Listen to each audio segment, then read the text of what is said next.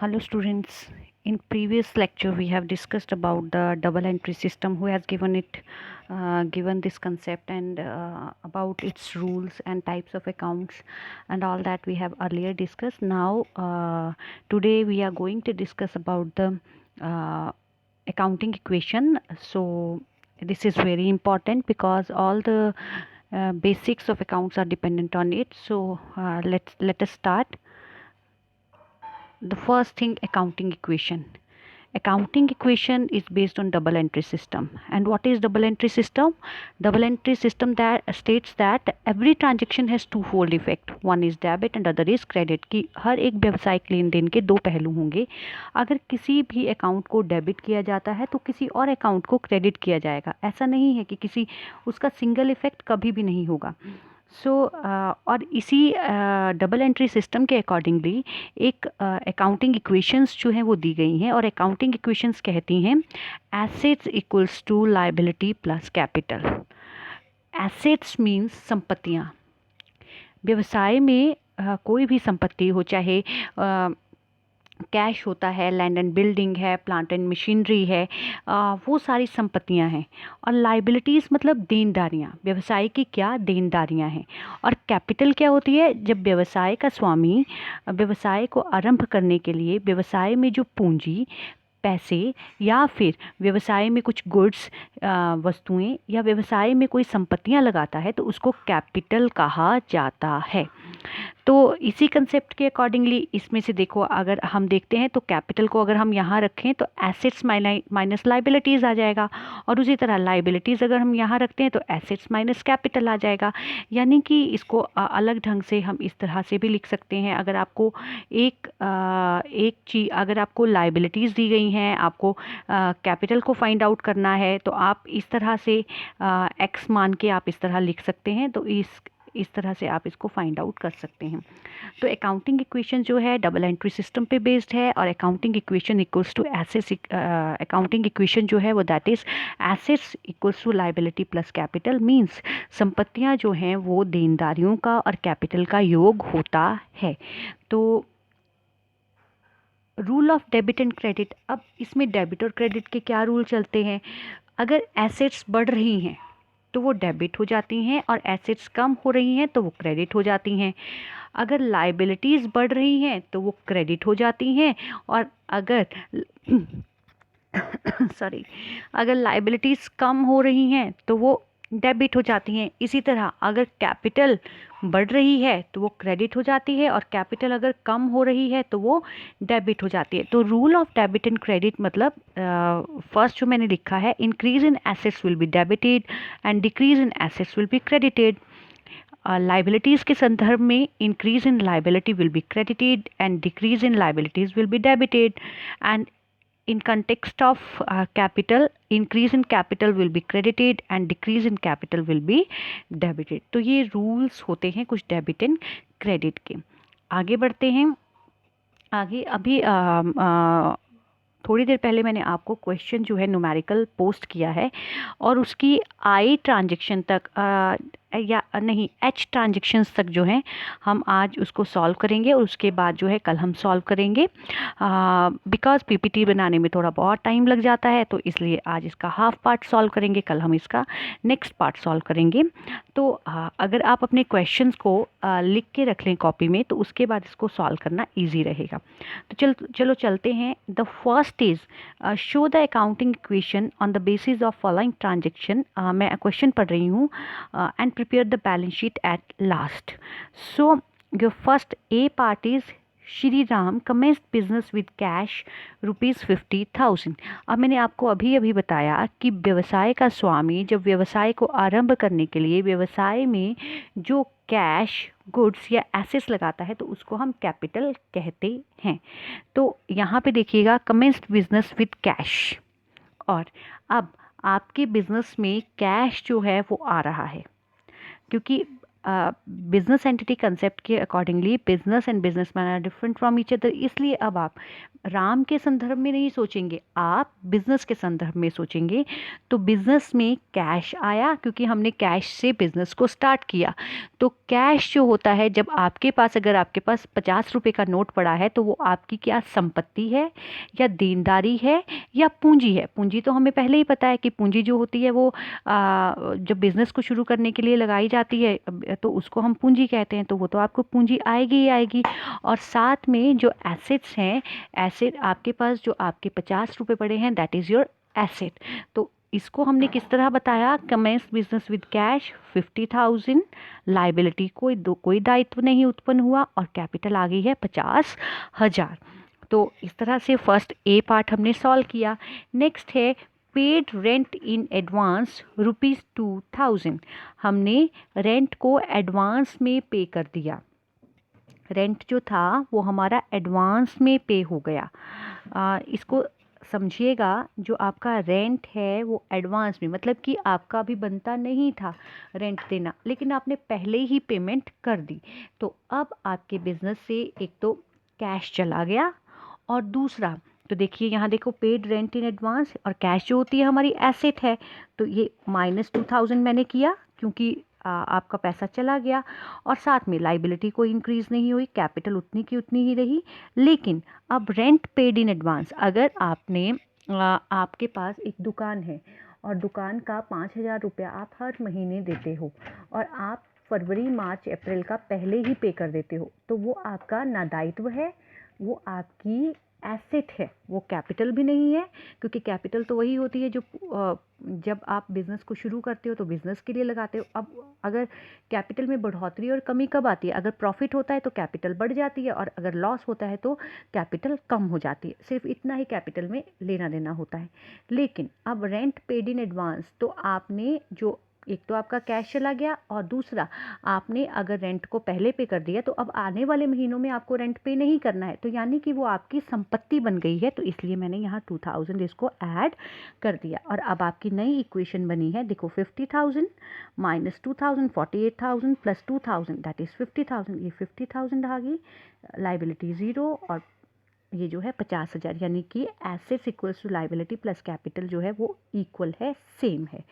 अब आपने, नेक्स्ट है आपका परचेज टाइपराइटर फॉर ₹7,000। अब आपने एक टाइपराइटर खरीदा, यानी कि टाइपराइटर अगर ये पुराना वर्ड है, अगर आपने एक कंप्यूटर खरीदा। अब कंप्यूटर जो है वो आपकी देनदारी नहीं है, आपकी वो कैपिटल भी नहीं है, लेकिन आपकी वो एसेट बन गई है। जब आपके घर में आपके टीवी पड़ा होता है, फ्रिज पड़ा होता है, लैपटॉप पड़ा हुआ है, तो वो आपकी संपत्ति होती है। ठीक उसी प्रकार बिजनेस में जब एसेट्स को खरीदा जाता है वो भी उसकी संपत्ति बन जाती है। तो अब आपने टाइपराइटर को खरीदा है।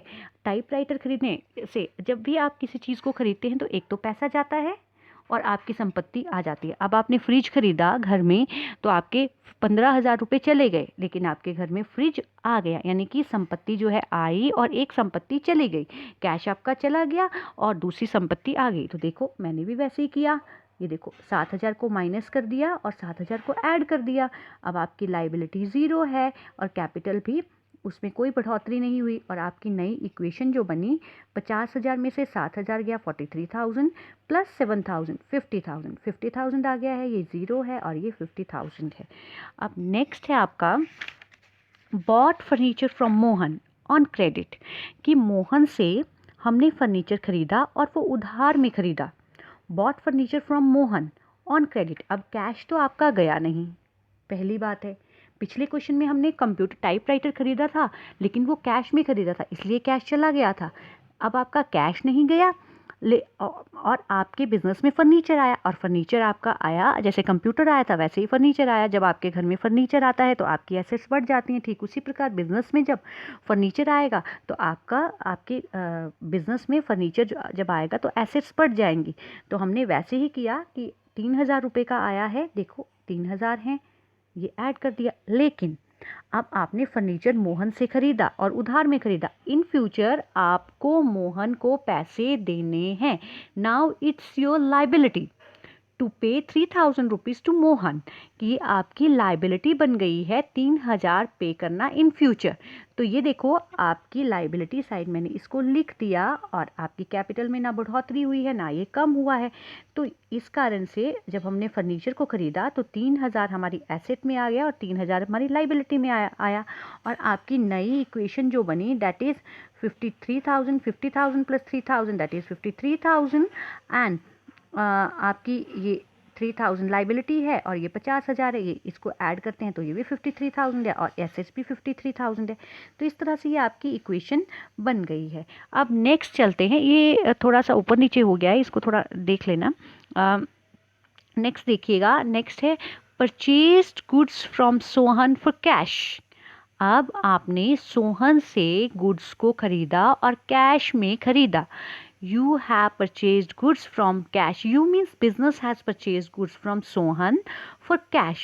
अब सोहन से कैश में से आपने गुड्स को, गुड्स क्या होता है, गुड्स और एसेट्स में डिफरेंस क्या होता है? गुड्स जिस बिजनेस में आप डील कर रहे होते हैं, अगर आप स्टेशनरी के बिजनेस में डील कर रहे हैं तो नाउ इट्स स्टेशनरी आपकी एसेट नहीं है, ये गुड्स है।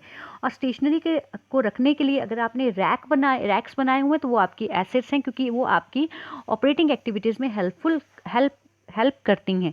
तो अब आपके बिजनेस में क्या हुआ है, आपने you have purchase goods from Sohan for cash.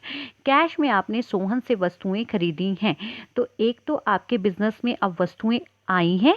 जब भी आप किसी चीज़ को खरीदते हैं तो आपके बिजनेस में वो चीज़ आती है, और आई है तो गुड्स आपकी एसेट्स हैं, और कैश आपका गया है तो कैश भी आपकी एसेट है। इसीलिए इसको एक बार परचेज गुड्स फॉर कैश 35,000 को माइनस किया और एक बार उसको ऐड कर दिया, और बाकी लाइबिलिटी तो आपकी हुई नहीं, क्योंकि शाम से उधार में आपने सोहन से उधार में वस्तुएं नहीं खरीदी, तो इसलिए ना लाइबिलिटी हुई और ना ही कैपिटल में इसका कोई इफेक्ट पड़ा, और टोटल आपकी नई इक्वेशन बन गई है 53,000 minus 35,000 that is 18,000 plus 35,000 that is 53,000, 3,000 and 50,000 that is 53,000, 53,000 equals to 53,000. Now next है देखिएगा, sold goods to Shyam for cash ₹40,000 costing ₹30,000।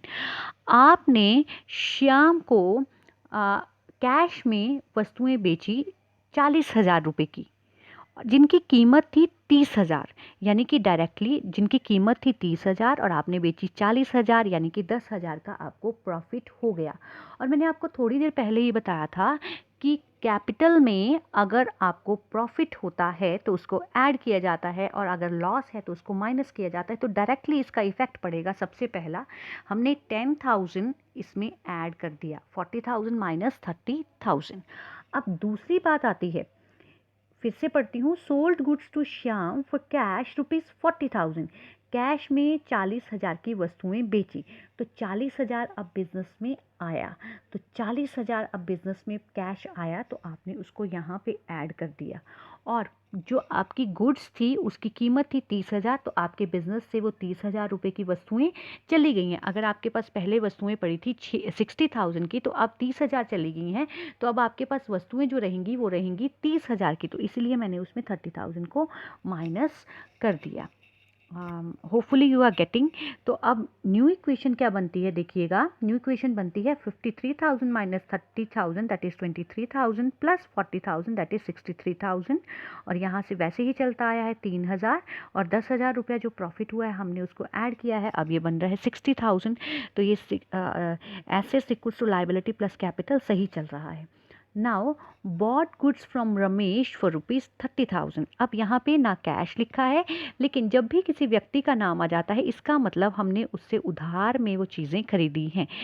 Keep this thing in your mind कि bought goods from Ramesh, now it has not been mention in your question that you have purchase the goods in on cash basis, but when the name is mention in your question in your transaction it is assumed that you have purchased goods from Ramesh on credit based.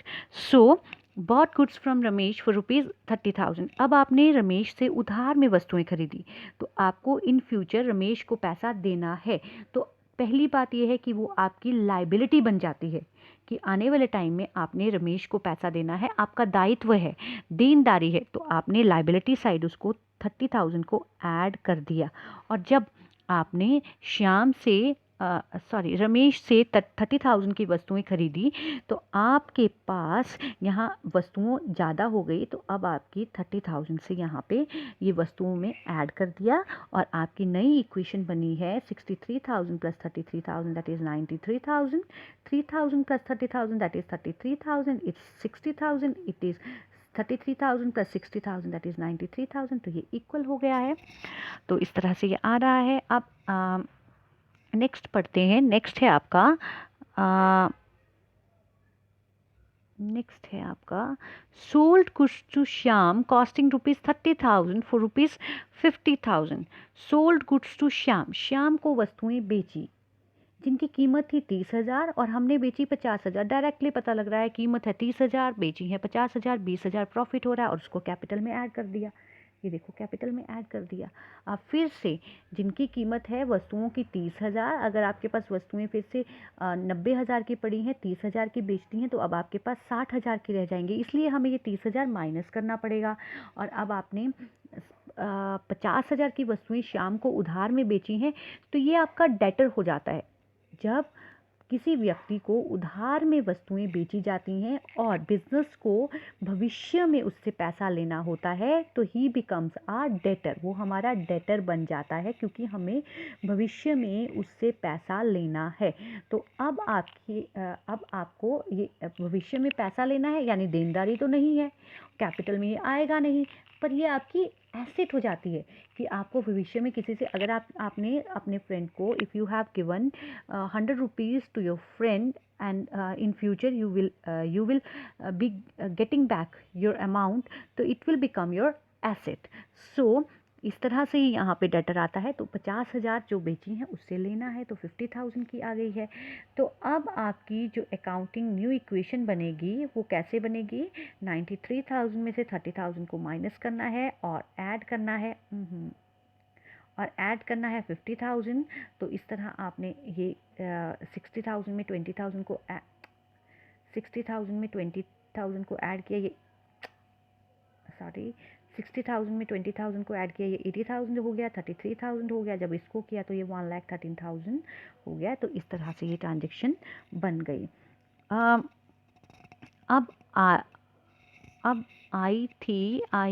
ये पता नहीं मुझसे गलती से हो गया है, bot goods from Ramesh 30,000 का। तो अभी तक एच तक हमने ये ट्रांजेक्शन्स को किया है। Hopefully students I have tried to explain it properly, and if you are not getting you can call me between the office hour, that is from 10 to 3, so I can explain you further. So that's all for today, and and other part of the question will be discussed tomorrow. Thank you so much for watching my video. Thank you.